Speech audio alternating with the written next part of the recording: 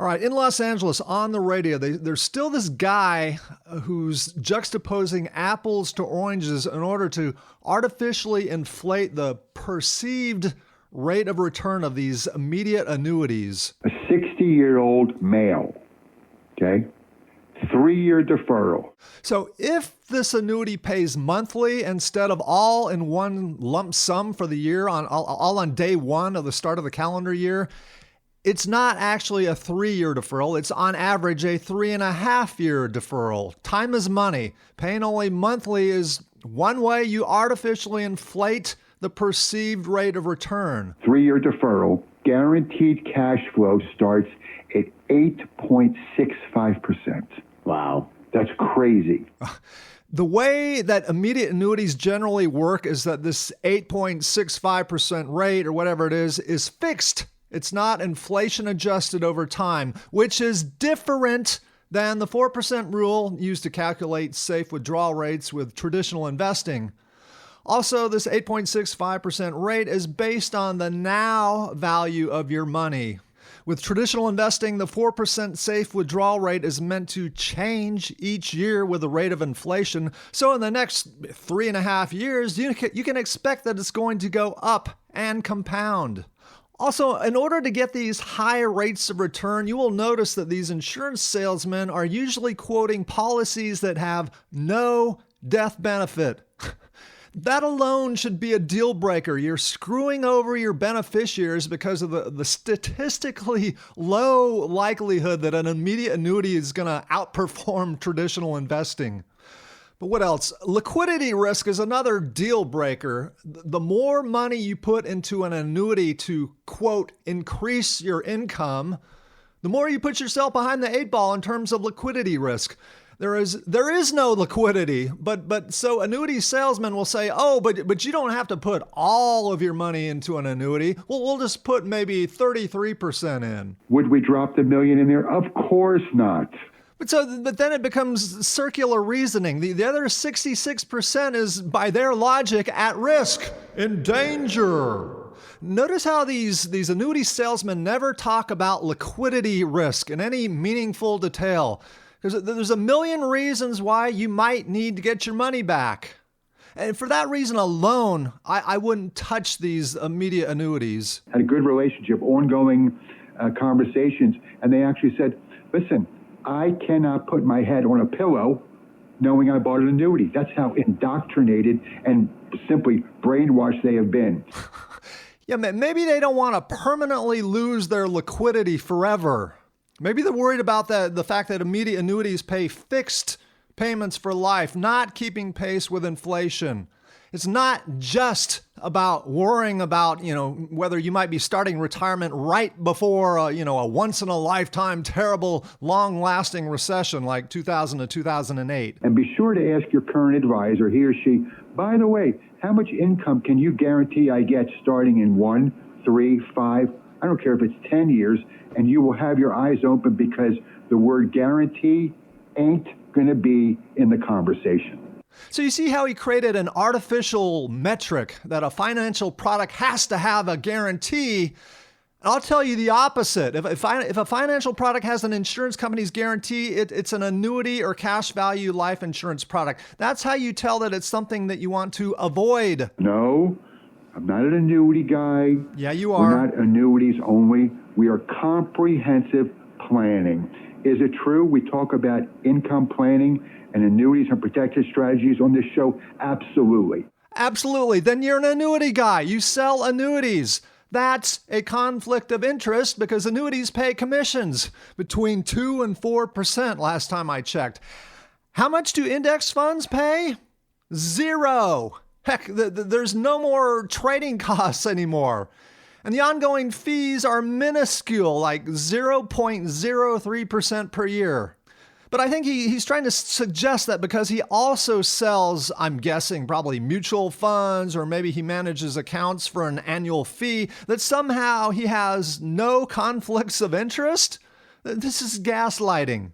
And by the way, you have to ask yourself the obvious question. If there's no conflicts of interest in pushing annuities, Why is he doing just that on the radio every weekend in Los Angeles, buying up multiple 30-minute spots? Folks, nothing in this show is opinion-based. Please. Anyway, moving along, quality of insurance company matters. Low-rated insurance companies pay higher rates because obviously they have a higher chance of defaulting. And yes, insurance company guarantees are actually not guaranteed. Guarantees are based on the claims paying ability of the insurance company. And if it gets to the point of the state guarantee fund having to bail you out, in California, they only pay 80% and only up to a certain dollar amount. And what happens if there's a systemic failure of insurance companies? That guarantee fund might become tapped out, and then you might get even less. Anyway, so let's crunch some numbers using the most current quotes from this website, immediateannuities.com. Rates are constantly changing according to the yield environment. Why? Because insurance companies invest at least 70% of the money you give them into bonds, and inflation has come down from 9.1% to 3%. So I'm going to do the exact same thing that this immediate annuity does, only with low risk traditional investing in plain old index funds. And this is very important. I'm going to try really hard to make traditional investing look bad, really bad, starting retirement right before a terrible case market scenario. We're going to start in 2000. And so as I talked about, having no cash refund is a raw deal for you if you die sooner than later.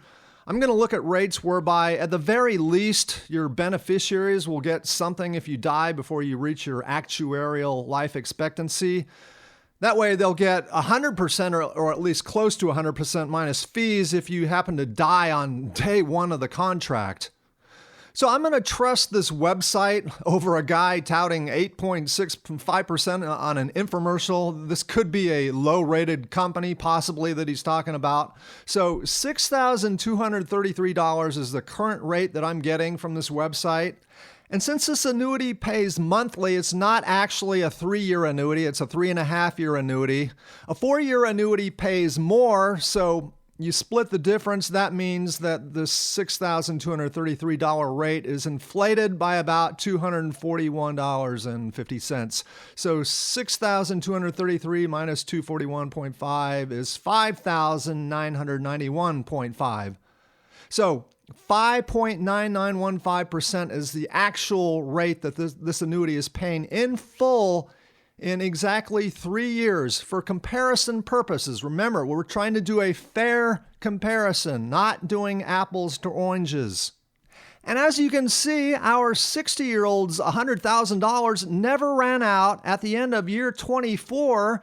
If it were to end today on 8/7/2023, it had actually grown to $109,000. And right now, this 84-year-old could park this money in cash, not even some laddered interest earning CDs, and live to be 101. And I can't emphasize this enough. I picked the worst possible time to retire in recent decades, starting in 2000. Imagine if you didn't retire right before the Great Recession. Okay, let's take it a step further. Let's see if we can do the same thing as the annuity, but without any death benefit. And according to my calculations, $6,318 would be the payment rate. And so by age 84, he had about $97,500 before taking out the withdrawal. And here's one more thing to consider. Going back to the death benefit comparison, what's the fixed 5.99% annuity payment number going to be like in 20 or 25 years when we adjust for inflation? Because when you violate the 4% rule and decide to take more income, in this case, $5,991.50, this is not sustainable. The insurance companies know this. That's why it's a fixed rate of payment, because you're violating the safe withdrawal rate. So if the lure of an immediate annuity is, I don't want to just take out 4% right now, I can't live on that, well, sooner or later you will have to. You can't eat your cake now and expect to have it later. You almost certainly will have to reduce your lifestyle if you live long enough. And in this scenario, the annuity started paying out less than 4% by age 79 when we adjust for inflation.